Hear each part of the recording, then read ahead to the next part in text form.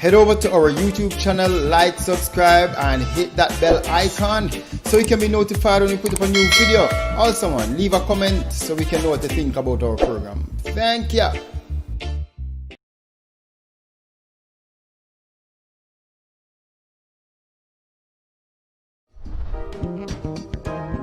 Someone told me about your love, how you came from heaven above, how you came and died for me, died on Calvary. No wind, no rain, no grief, no pain can separate me from your love so free. Someone told me about your love, how you came from heaven above, how you came. Welcome, my people. This is a boy, Robert Green. Welcoming again to another episode of Ishden. Over the last couple of weeks, we've been looking at the male-female relationship, not just from a marriage perspective, but just how we are to relate to our sisters, our wives, our aunts, mothers, and how we are to relate to our friends. If it's platonic, make it tan-platonic, brethren. Because when you cross certain boundaries, it's really, really difficult to go back across. And as usual, we're not in studio this week. We had the opportunity the last 3 weeks, I think, to meet in person as we looked at these topics. But this week, when I'm by myself, with the Montego Bay in isolation, and Napoleon is at Marvel again in isolation just to see. Welcome, brother. Yeah. Yeah. Yes, circumstances would have had it that we're not in the same space. But nonetheless, you know, we are the same human beings, the same blood. So we're going to spit it like we have always been spitting it. As himself said, boom! Welcome to Ishden. All right, so bro, we are going to be looking at a crucial matter this week. Just kind of segueing from last week, or the last 2 weeks, as we look at the male-female relationship and how we can treat women like Jesus Christ treated them, how we must view them, value them, and validate them, and also elevate them. Those are some of the insights that you shared with us last week. This week, we want to look at the whole domestic violence, domestic abuse, sexual abuse, how sometimes the over-sexualizing of our females will lead to us treating them as if they are only good for sex. And definitely, from what we look at the last couple of weeks, that is not the standpoint to take, and that is not how we should treat our women. So COVID is upon us, bro. Some of the experts are a bit wary of what's happening within the homes when females are locked in with males who oftentimes are the perpetrators for sexual abuse against them and other variations of abuse. So why do we need to address our men, and is there space to liberate our women in these situations as well? Absolutely. Bobby, we are on this side of the pandemic, but some of the information coming out is very, very disturbing. Yeah. We are hearing, for instance, locally in one of the publications, how there has been an increase in the reporting of sexual type offenses against children. Yeah. That must be a matter of serious concern. Yeah. We're hearing of an increase in sexual domestic violence as well. That has to be a matter of concern. And in some places, we're hearing of an increase in divorce rates as a consequence of people being together in the COVID space. Yeah. So those are issues that must be of concern, and those must be issues that, again, from our point of view, our perspective, we have to give some serious look at, raise some questions, and see if we can give some meaningful answers. Because while it was a period of intensity, what it did, it demonstrated heart, demonstrated conditions, and what would lead, for instance, men to begin to do some of the things that we're hearing to our children. Yeah. We have to answer, why is it that we have a sister coming out to say that she wished her husband was back at work because she cannot manage a sexual pressure? Yeah. It's issues of those, and this is because of what we as men have been doing and what we as men have created. And what we need to do in resolving some of these issues going forward, if we can properly identify the root cause and deal with them. Yeah. I'm looking at a report here, bro, for March and April.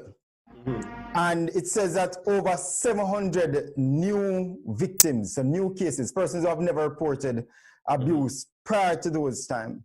Yes. 45 cases, children under 11 years. 114 cases, children under 14 to 17 years. Yes. And 186 cases over 18. So those are persons who are adults. So they wouldn't factor into the child abuse aspect of it. Right.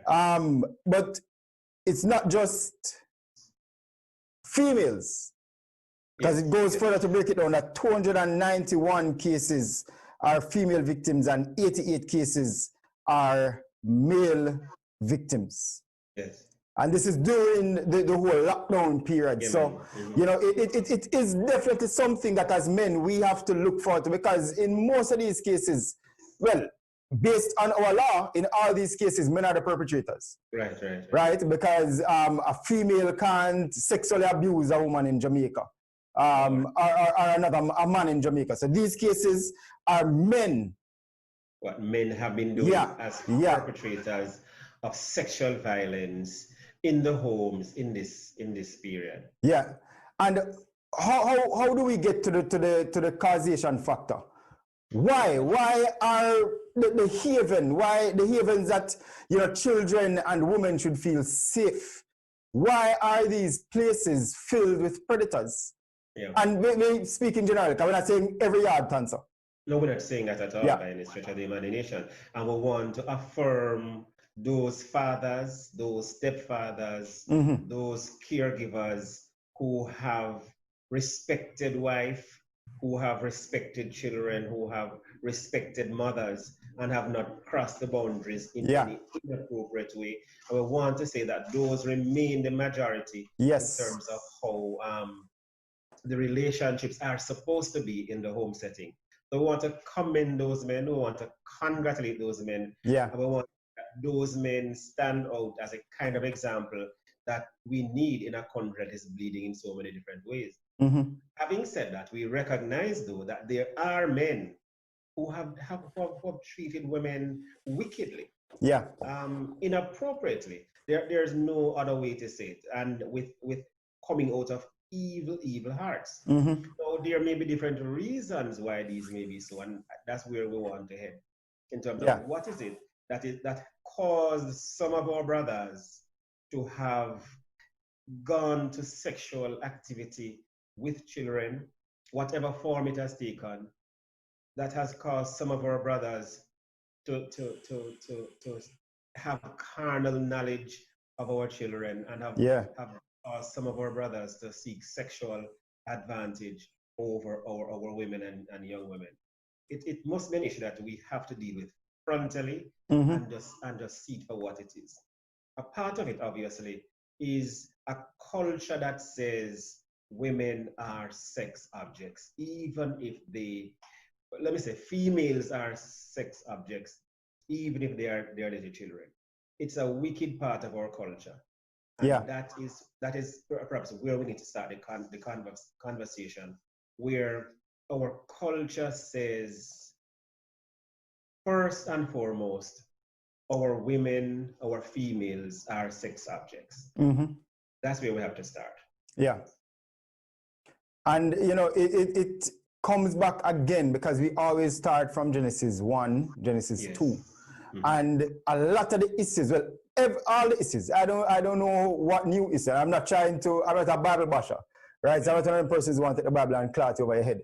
But the reality is that when we look at the relationship between males and females, where they have gone wrong is where they have deviated from Genesis 1 and 2 and the equality Absolutely. factor, how we are supposed to treat a woman and elevate a woman. And I make no apology for that. You know, in a world where the Bible is frowned upon and religion is seen as some kind of shackle, which sometimes it does come across as that. And religion, in certain instances, have sometimes perpetuated this. Yes. Two of the main driving forces in society is religion and music.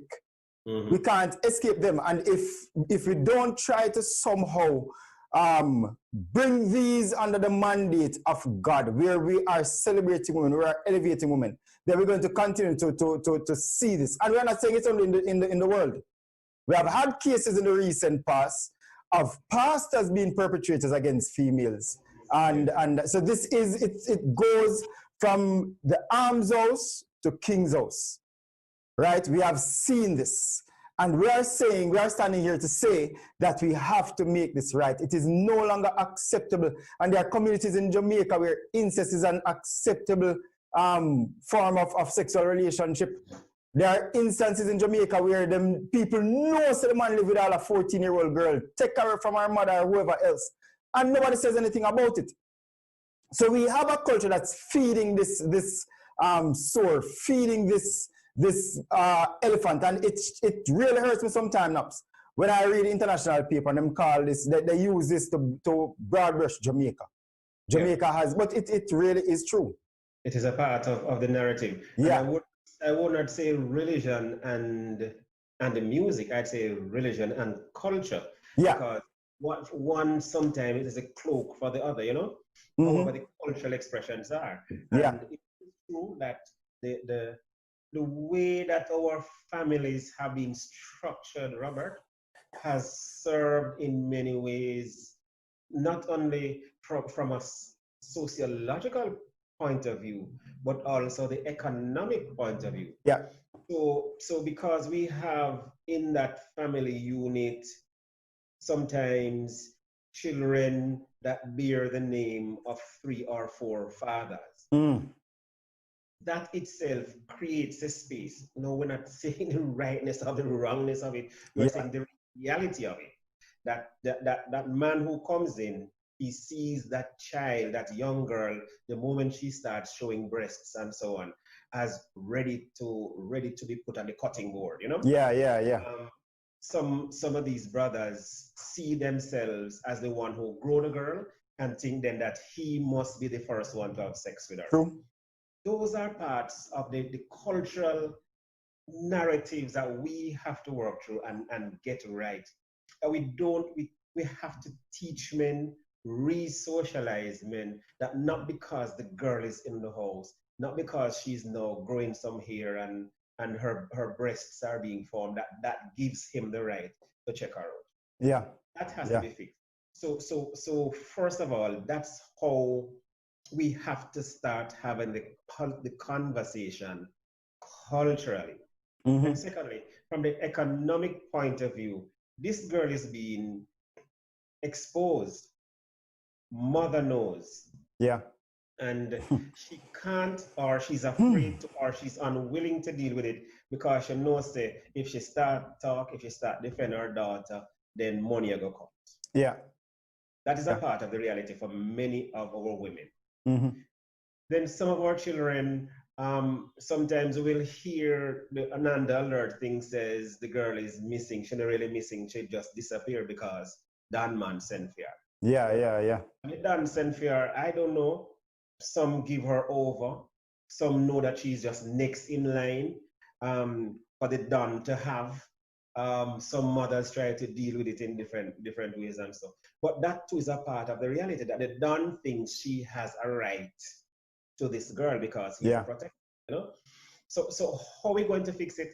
It's a hard call, and there has to be some serious generational shifts. Yeah. So that if we can't save this generation, we would have begun to plant the seeds to save the next generation. And we have to begin by exposing the thing as it is. Yeah. To talk to mothers as facilitators, to talk to aunties and cousins who know that the girl is being sexualized, that the girl is being molested, and seek to protect her, rather than say, boy, it's none of my business. Yeah. Or I can't talk about it because me, I get some of the money too. Me, I get some of the money for cut, for go process here. Me, I get some of the money for buy clothes. Me, I get some of the money for even buy food for the children as True. a part of the trade-off. Yeah. This is again where we have to start the conversation, just in terms of how our culture says young girls are to be treated. The moment they have some nipples, then someone will start having sex with them. Yeah. The fact that the man is provider means that there must be some return on his investment, and that return is the sexualizing of the girl in these improper kinds of ways. Yeah. And also the taking away of her power, that she can't talk, she's sworn to secrecy and sometimes threats and all of these things if she says anything. And this again must be spoken about and must be broken in the culture. Yeah, and you know, in case people think we're just kind of shooting at stars, I remember a situation related to me where a young lady, young girl, 13, was in a household, and the mother was with a married man. So the married man ended up raping the daughter, impregnating the 13-year-old child. And when the situation was taken to the police, the mother refused to pursue it. So the family decided, all right, you don't want to pursue it, you are going to pursue it. And brought the child in, everything was there, the family took in the child. 13-year-old young girl, you know. Threatened, she was threatened, showing a gun, if you talk, I'm going to murder you. So she was under this fear, crying, just really, really fearful, feeling rejected by the mother because the mother did not want to act. Yeah. The long and short of it, the mother took the child to abort the baby and then sent the child away to the US. And this is a real situation, something I have knowledge of. This is not guess and spell. And these things are happening, and we have females who may be watching that have been a part of this, and we are saying, men, it's time to step up. Like, we can't continue this. We can't continue this against our daughters, against our nieces, against the stepdaughters, right? We have to deal with the root cause. And as Napoleon said, you cannot continue to sexualize a person because you have invested into a family. Right? That is out of our brokenness, and we can make no excuse for our brokenness. I don't even want to call it brokenness. That's out of sin. Sin, yeah. You know, we have to call it what it is. And sometimes, you know, I'm glad you're raising it, Bobby, because we get to a horrible place when we make sicknesses of our sins. You know what I'm saying? So we make it a sickness without recognizing that this is sin, this is evil, this is what is coming out of the horror of the human heart. We have the story of Amnon and how he raped his sister. Yes. Right in the scriptures. So again, the Bible don't hide the brokenness, the sin issues from our eyes. In David's own house, his youth pretty much connived to have sex with the girl. And when he was finished, the text says that he hated her more than he had loved her. He had loved her. No, it's again a part of that paradigm that animalizes our relationships. And it is in that animalizing of a relationship where, okay, I come now, so I can just ship her out, run her out, close my door, and wait for the next experience. We have to understand that when we begin to animalize each other, and in fact, some of the animals don't even behave the way we do. We sometimes behave worse than the animal. You know? And this is how the fallenness is impacting us. And we see it in what Amnon did to Tamar that day, and how it bred destruction in the family, how it led to murder, how it led to a whole string of stuff. And this is because of how one man hurt a girl sexually, and how that pretty much destroyed her. It says that she poured dirt on her head. It says she tore her clothes. It says it pretty much destroyed her sense of dignity as a Yeah. human being. And that is what sexual abuse does. It destroys people's sense of dignity. It takes away, it all but takes away the image of God from them. Yeah. Because it is not just an act of a penis entering a vagina. That's not it. It is much more than that. It is an exercise of power Yeah. that takes away so much from an individual, that leaves that person powerless, that leaves that person injured, that leaves that person diminished, that in effect takes away that person's sense of dignity as an individual human being.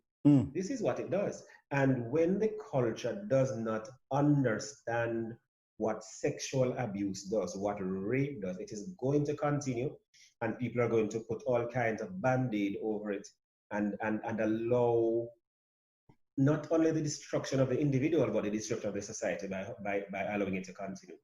And what COVID has done is to show us the rawness of the heart of some of the brothers who end up in these kinds of situations.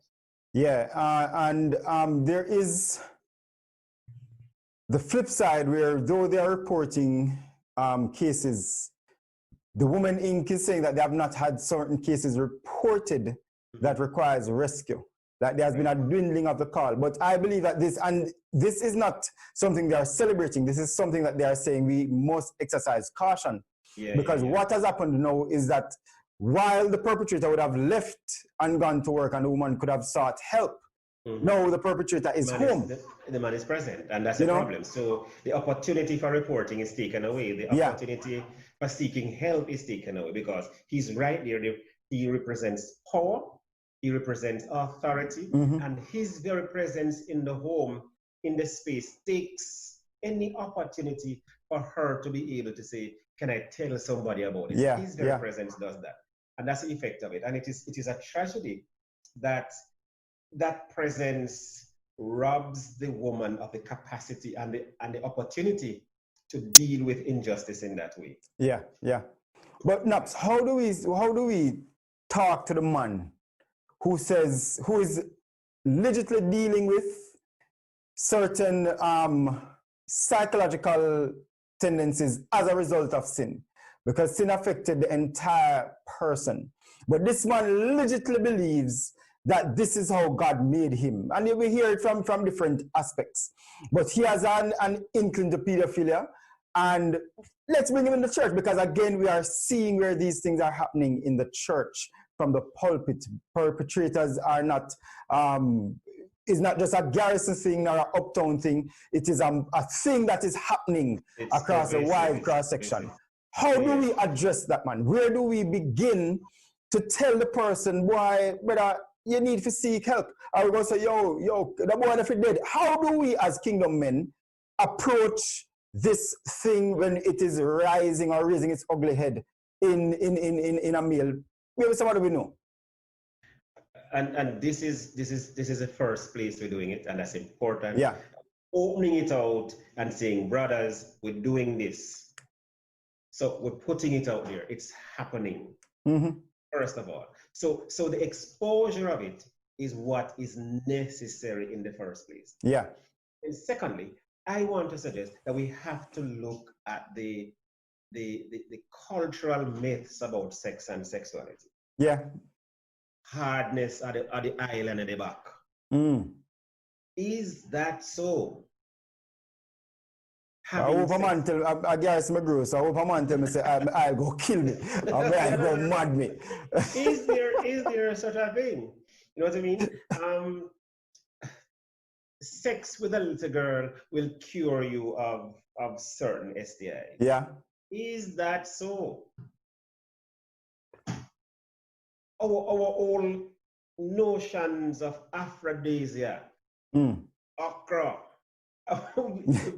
conk and cocaine and all of these things. And we build those things into our thinking, and we wrap up our identity in our sexual prowess. Yeah. And we think that the more girl we can have in a bungle defines us more than anything else in the culture.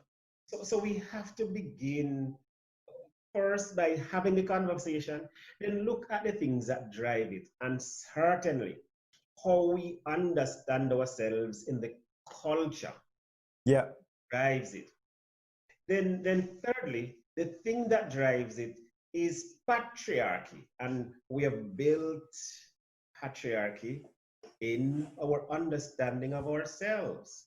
And that too is something that needs to be worked out, worked on, how we have lessened our women because we have a patriarchal frame rather than this egalitarian frame in terms of how we understand our relationships. Then fourthly, slavery. Before you move on, break it down for the people. So the egalitarian versus the patriarchal. In other words, male-dominated patriarchy over an understanding that men and women are equal, Genesis 1 and 2. Yeah. It is the curse that has largely given us patriarchy. True. He shall rule over you. That is what comes out of the curse. The intent of Genesis 1 and 2 is to establish equality. And this is what we do. Then the fourth point I want to make, Bobby, is that slavery has done us in, because we have had slave farms, slave sex farms, where this little space here does exist for the production of more slaves. And that has hurt us as a people, where we have only seen that kind of domination created by a culture coming out of slavery that makes sex looks like that. That is something that is a conversation we must also have, dominated by this notion again of control, of economic viability and all of that. It has not left us, and it has remained one of those things that inform the transactional nature of sexual relationships. And where a man is thinking that I am to benefit sexually because I have invested. Yeah, but how do we answer, as having this conversation with a friend of mine, against the whole George Floyd situation and the Black Lives Matter rallies and stuff like that? And Morgan Freeman, I mean, the interview was like just, they got snippets from the interview and put it out. And Morgan Freeman was making a point against that, saying that we now have to divorce ourselves from that way of thinking, not accepting it, but just saying, listen, let's not talk about it. So the more we talk about it, the more it becomes an issue. But I am with you, but Freeman is saying we all have a choice, black, white, purple, pink. But I'm with you in that Jamaica is not far removed from slavery. You know, people make it seem like slavery was something done in the 1400s happening in Jamaica, right? The emancipation is not some 400-year thing that happened. You get me? So we are trying to deny something that happened in our recent past as a country, but yet still we are seeing the symptoms of these abuses and these atrocities. When you take the man and him become the village ram, which is a thing that we still perpetuate and still talk about. He become the village ram. So you put one man or two men in a confined space with 10, 15 slave women, and they are supposed to go around and service these women, impregnate them like you breed cattle, and then those children are sold. And this is a reality, people. Right? We can't move away from the fact that some of the behaviors we are seeing in our men is as a result of atrocities meted out against us. And we still see the one man, Napoleon can talk about it probably more than most, but I know a man who had about, I think, 30 plus picnic. What was his job? Him drive trailer. So every time, and he started in Jamaica and he went to the States and did the exact same thing. Because it's this thing of just going around and breeding people. You know, take responsibility for the picking them. Well, he ended up being a rich drug dealer, so he started out in picking them still. But the reality is that this thing, you can see the pre-emancipation activities And now we are living in the post-emancipation age and we are still seeing this happening. But who needs to address this? The church or government, Napoleon? How do we get to the root cause of this primary thing? Conscious people need to address it. And I don't know if that is either church or government. The Rasta man who call woman empress and treat her like an empress, that kind of consciousness? Yeah, but well, and that has another set of issues. But the point though is that we cannot, or perhaps let me say it another way, it's too early to tell the actual effects and consequences of slavery upon the black man. Yeah. It's still too early to tell. Yeah. Because that emancipation has not yet come in terms of our frame of reference for relationships. Yeah.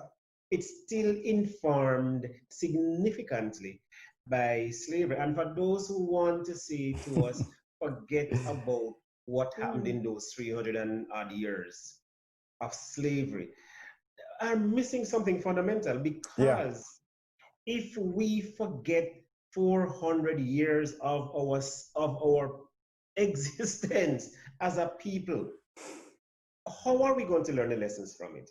Yeah. How are we going to see what went wrong? How are we going to fix those things that have become normative because of that period? So we must not forget it. The Jews have said this: we will not forget. Yeah. Set in their frame of reference. Not that we're going to remember it in a bitter way, in a resentful way, in a way that makes us hostile and angry against and resentful against others. That's not it. But from it, we must say to ourselves, we will not forget, in the sense that there are lessons to be learned. There are things that have led us into it that we must protect ourselves from, or must safeguard the future generation from ending up in similar situations. Yeah. It's perpetuating. That's why there's still that thinking by some of our black brothers and sisters that they remain stud, that they remain this thing that is destructive to who we are, that does not represent us at our best, and which alienates men and women in relationships. These are just some of the relationships, some of the issues we have to face as we contend with it. Who is responsible? People who are conscious and people who want to make the difference. If we politicize it, we're going to find ourselves PNP and JLP here in Jamaica. And if it is Brogard says so, or if whomever else says so, then okay. And we're not dealing with the fundamental issues. If we make it into religion, it is Christianity against secularism. And we don't want that either. We have to go to a deeper consciousness to deal with the brokenness in our Jamaican family and the Jamaican society. Yeah, perfect. So we have said that the framing that is affecting us now is the whole sin factor, the socio-economic factors, the perpetuation of patriarchy as the way to go, rather than going back to Genesis 1-2, where there's equality among the Zakar and the Kiva, the man and the woman, the male and the female. And also the reshaping of the mindset that we have as a result of slavery. Bob Marley said it: emancipate yourself from mental slavery. And we are saying that mental slavery is cause for the perpetuation of sexual abuse and the stance that our men have taken. So now, we have identified some of the issues that are at the root of it, right? No doubt, this has led to the objectifying of females. Is there a place for us as well to speak, and we're not victim blaming at all, but to speak to females so that they can put certain boundaries in place and recognize as well, maybe recognize first the red flags. I remember this social media star used to go around with a red flag. I don't remember what her name is. And she used to fun her flag. And every time she called a thing, she said red flag, which means it's a warning, it's a danger. How can our females begin to recognize these things and be vigilant enough to exercise caution when they see this in a potential partner? Or maybe a teenager come of age, but she's 18 and she's in a house where she can see the shift in our stepfathers relating to her, and she can ask for help or seek help. How can they recognize these red flags? We need to have in our conversation at church Mm-hmm. a song like Daddy Don't Touch Me There. Yeah. Seriously. Mm-hmm. And songs that similarly raise the issue Yeah. of sexual destruction of our children. Have serious conversations in those environments that will lead to some meaningful change. Yeah. Serious. Because unless the conversations are taking place where the issue is happening, then really we're not going to begin to deal with it properly. Mm-hmm. So can we pull this song and have a conversation about Daddy Don't Touch Me There? Yeah. What it means for that child, what it means to that woman, what it means to a family, to a grandmother, grandfather in that setting where a child is being sexually molested. So let's find those frames that begin to raise the issue. Mm-hmm. Then we have to have some conversations with our fathers. Yeah. What it means that your boy is now becoming a man. Mm. Do I give him permission with a cigarette in hand and a condom in his pocket to go and be a man? Yeah. So we have to again redefine maleness, not now in terms of sexual prowess, Mm-hmm. because that has informed a lot of what it means. Yeah. Then no, we have to go a little bit further in the culture to what comes at us from Hollywood. Mm. I hear there's some DNC one movie going on around. I'm just hearing about it, Bobby. You would know better than me. It's pretty much porn being accepted as normative. I'm understanding it, if I'm correct on it, and how we are lowering the bar in terms of what that sacred space should really about. Yeah. And Yeah. are we going to lift the bar about and in respect to sex and sexuality rather than always pandering to the lowest common denominator that we can? Are we going to really go back to the place of celebrating sex and sexuality as sacred? Mm-hmm. It's a sacred space.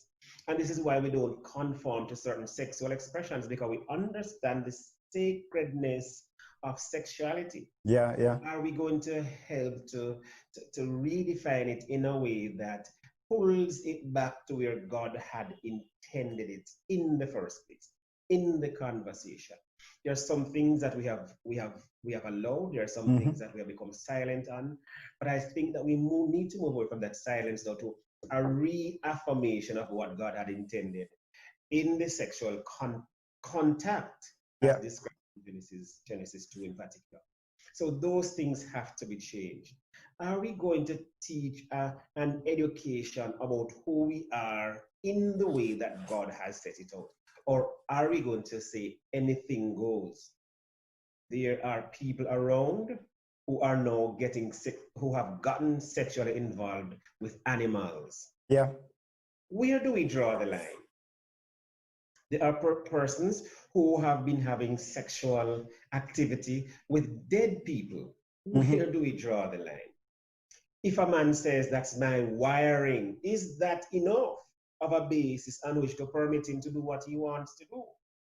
So I am arguing that if we're going to fix this issue as well, we have to re-establish what it means when we recognize sex, when we recognize sexuality, and what we believe God intended in the first place in terms of our sex and sexuality. Yeah. I think that these are just some of the things we have to confront. Some of it is going to be difficult, some of it is going to be painful, but we have to have the conversation and help people to go back to Genesis 1 and 2. Yeah. Definitely. And we're going to keep like drive a nail in a people's head. Genesis 1 and 2. It is definitely something that we have to look at, something that we have to break open. It's like a sealed jar that if we break it open, there's so much packed into those two chapters, bro, that is just mind blowing. Like I keep reading them over and over and over and over and coming to new perspective and new points, because that is where God's intent for mankind. Jesus did the very thing. Jesus says it was not so in the beginning. Those very 2 chapters. It was not so. And listen to what Jesus says. Jesus then says, if you look at a woman and you desire her in your heart, you have already committed adultery. Yes, what sir. did Jesus do? Jesus lifted the bar in a very, very significant way. Yeah, man, that tell people. So your sexual violation of her is not putting your penis in her vagina. Your sexual violation of her is what you did to her in your own head. Yeah. You objectified her. You violated her by thinking of her in an inappropriate way. Now, the world don't not going to think about that. But Jesus is raising the bar in terms of how she is to be understood, how she is to be valid, how she is to be validated, and how she is to be treated. Not by even touching her, by even how you think of her. Mm-hmm. Jesus did that. And this is again why I cannot understand why people don't fully get who Jesus is and what he did in respect to women. It's important.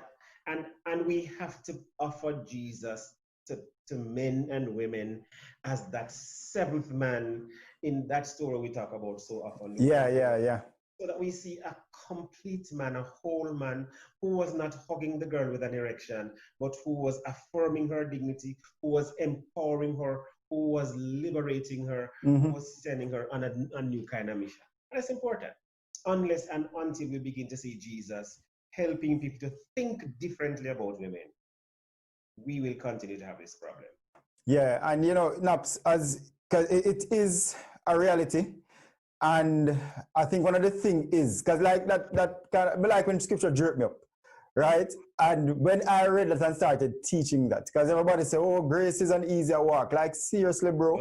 Like you know, me don't know about that. Like seriously, them first time about out, help me, Jesus, because I'm telling you, bro. You know, but I have come to a point of accepting and working on. And a lot of our men, you know, we use this primarily in Jamaica because, you know, you can say certain things and get away with it. So we say these things and just kind of brush it off as if now I want to joke maybe if a female complains. But we are saying to our Christian men primarily, because we have to start it, you know. But we have to, it's difficult. But I go sit down here and tell us, boy, I don't struggle sometime in objectifying women or passing certain snide remarks that's ungodly. But we have to live up to the bar. We have to start to push towards the bar. Amen. You know, and the bar says that you have to look at a woman and deal with what you are doing in your mind. Before you act. We have to start to work out these things in our minds. Right? And you're saying something? Go ahead. There are females who are literally afraid to be alone in a space with any man because of things that they have gone through. I've heard, I remember having interest in a particular young lady. And like beautiful young lady, like divine. When I saw this girl, boy, I didn't even want to approach her, bro. Come I said, no, so that girl way out of my league. Like, you know, the good body kind of girl, the pretty girl. She was bright. She was in pursuit of education. And I said, yo. And then I found out the girl liked me. And I said, Jano. And as I started talking to her, like I was mature at the time. I can't just hold up my hand and say I was an idiot. Right? I was mature enough to handle her pain. And the moment she started to tell me about the abuse that she had gone through, bro, I just say, you know, let me just deal with this thing on a friendship level because I just think I can pursue a relationship. And I just killed right back and became the friend counselor. Right? But these things, the amount of times she told me these things, bro, like I couldn't even, and I think her pain kind of helped me in not again objectifying. I took the focus from her hips and you know the way her eyes shimmer in the sunlight and everything, and started to see her as a person who I wanted to assist in her healing. Right? And we have to own these things. We don't own them. We don't own them. Boy, you're just a man thing. As some can. We don't own the fact that these things are sinful. Yeah. We don't. And as I said, I not preach against the man, I preach to me because I am not there yet. I'm on the journey wanting to be there. And I'm not going to excuse my actions because, I'm going to call out myself. Yeah. Because we have to come to a place where we were able to do that. Yeah, looking at the mirror, look square in the mirror and said, yo, bro, like, you're not the way it's supposed to. Yeah. Well, two things. One, there's so many beautiful women who have said, my beauty is a curse. Yeah. And I don't know, Bobby, if you know how damaged some of our women are simply because they're beautiful. Yeah. Because they become the center of only sexual attention. Mm-hmm. And men can only deal with them sexually. Yeah. When a man says, girl, you are beautiful, that only means I want to have sex with you. True. All she can hear in her head. So, girl, you're shaped good. All she can think about, oh, he just want to put his penis in my body. Mm-hmm. That kind of a thing. And so many of our women have been destroyed because of some of the things that some of our brothers have framed in their mind to say to them, to take away from them their own dignity as human beings, yeah, as made in God's image. And we have that challenge. So Paul teaching Timothy, pastor of the church, to treat the older women as mothers and to look at the younger women as sisters. And then he adds this with absolute purity. Yeah. And that's a part of the challenge, that we are not able to look at our women with purity. Mm. We get locked up in all kinds of notions and fetishes and all kinds of things. And we take them off in our minds, all kinds of places, and we do all kinds of crazy things with them in our minds. You see, there's a need to fix purity and virginity. Got it. In our culture, oh God, we are doing everything. Yeah. We are finger. we are suck. We are doing everything. But I can say, oh, I'm a virgin. Yeah. As though virginity itself guarantees purity, or is an expression of, not necessarily. Yeah. Because already the temple is dirtied by the frame of reference that we have. Even though I've said, oh, I'm going to give myself as a virgin to my wife. Absolute crap.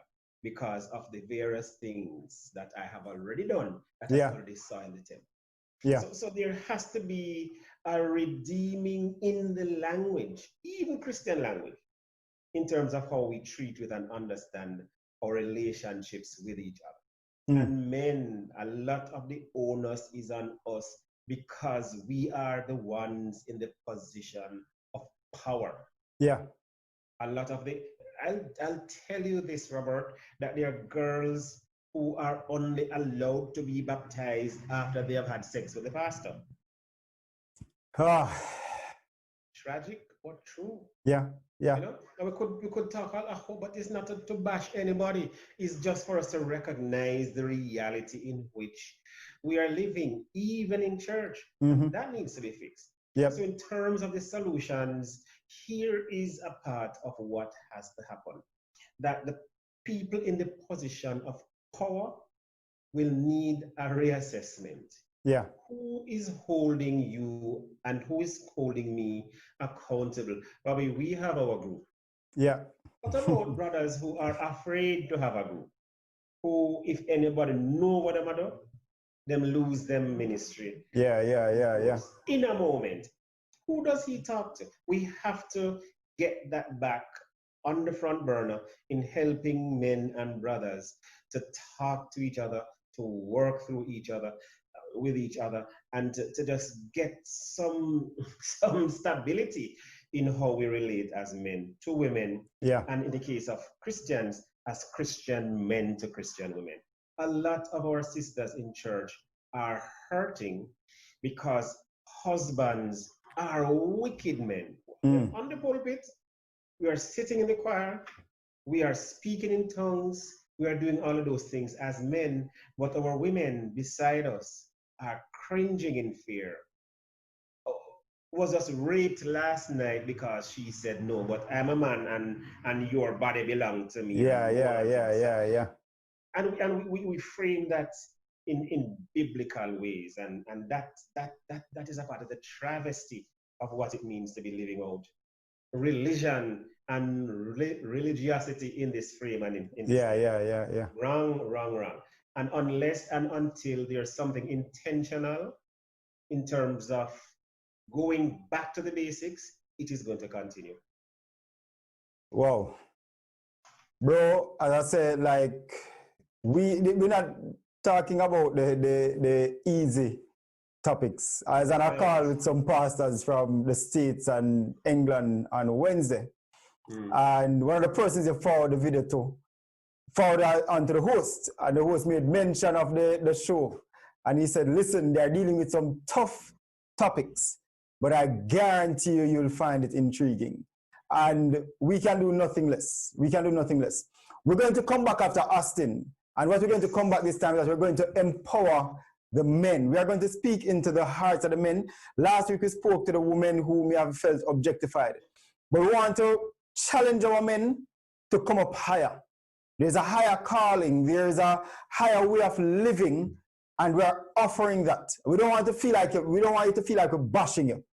Right? So after Austin finished and give his insight, Napoleon is going to just come right back in, and he's going to speak to the hearts of our men, both the perpetrators and the men who may be getting it right, and at the same time need to be encouraged. So stick and stay. Father Austin. Greetings. I'm a fan of Trevor Noah on The Daily Show.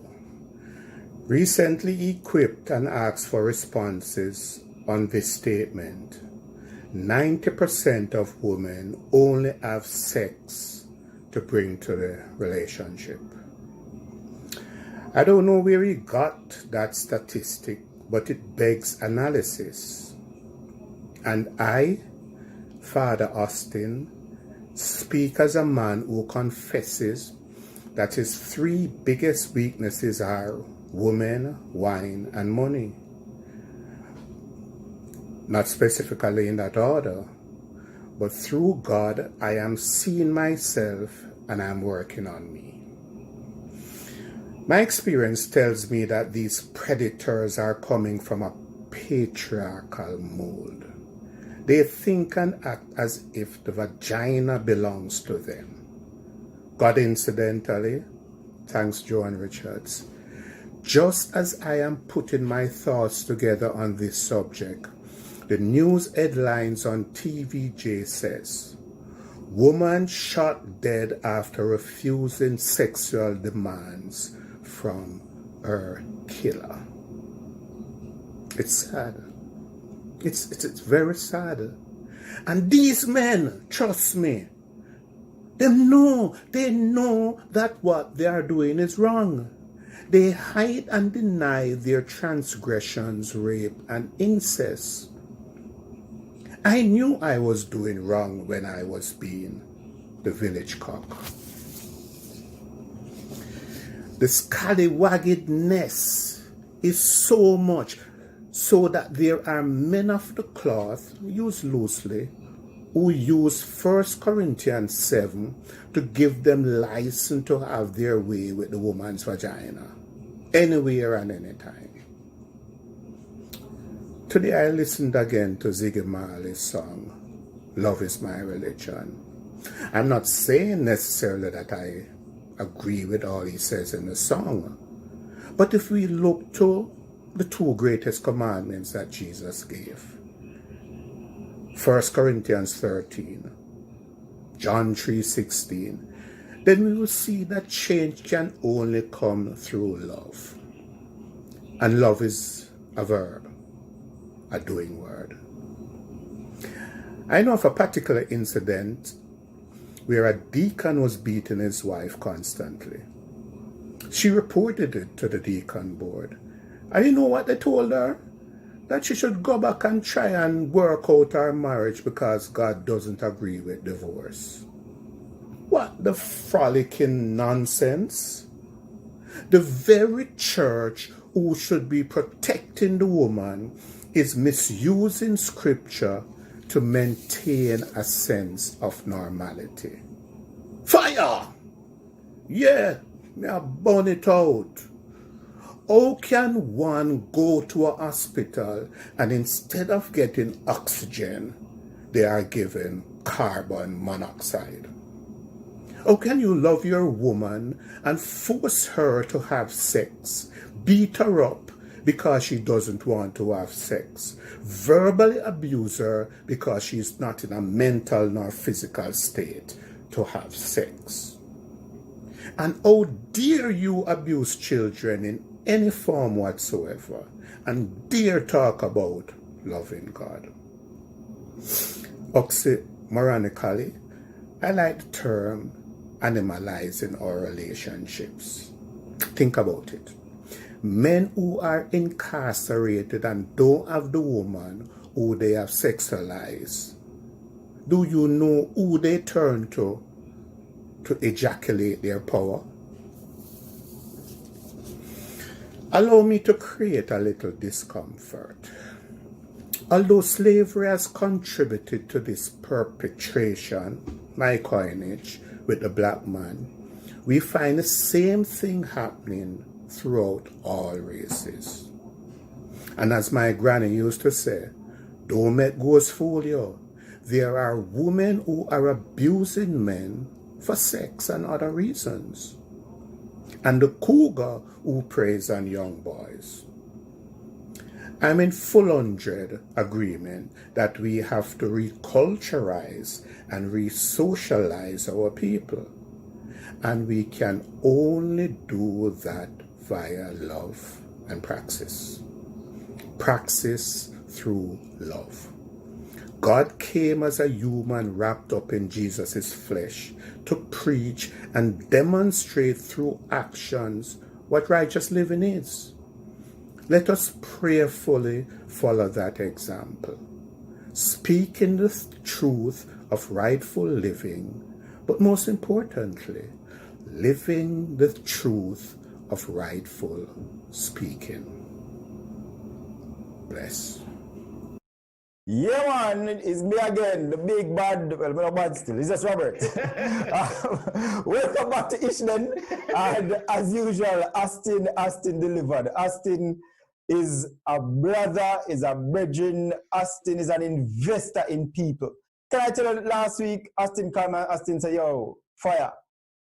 You're upon my heart from when I'm most when one person, when a person upon my heart, the father said, we need to assist them. I don't want to sky out of the blue. You know, it's that kind of man that we're linking with. So we really thank him for his insights.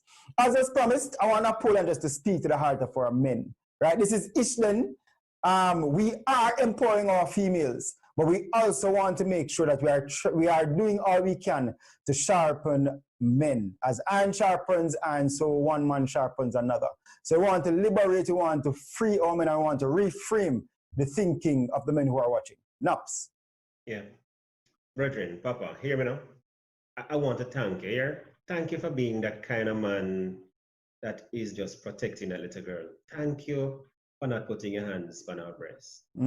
Thank you for not touching our private parts. Thank you for just talking positively into her life, affirming her, causing her to know that life is much more than sexual pleasure. Really, really, thank you for being the example of a good man. Yeah. Of a godly man. I want to tell you that, you see, we here, so we appreciate you, we value you, we applaud you.